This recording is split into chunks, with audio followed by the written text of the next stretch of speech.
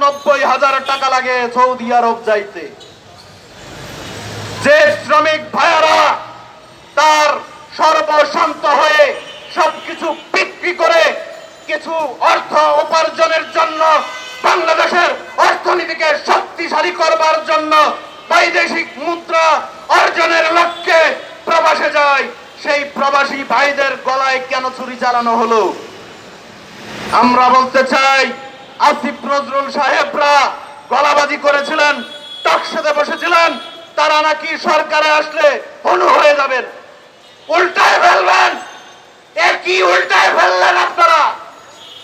আজকে যে প্রবাসীরা বাংলাদেশ চালায়, যে প্রবাসীদের টাকায় আপনাদের বেতন হয়, যে প্রবাসীদের টাকায় আপনার বইয়ের শাড়ি কিনেন, সেই প্রবাসীদের গলায় টিপে ধরলেন কেন?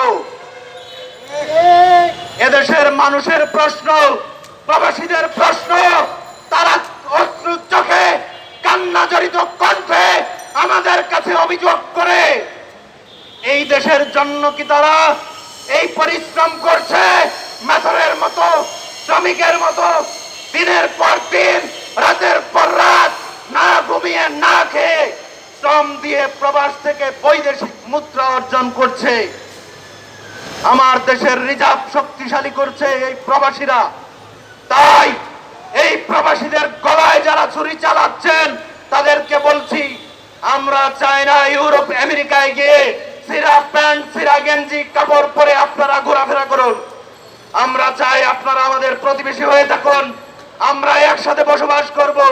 তাই অবিলম্বে যা আরোপ করেছেন সব বাতিল করে দিয়ে পার্শ্ববর্তী রাষ্ট্রগুলোর সাথে সমঝোতা করুন।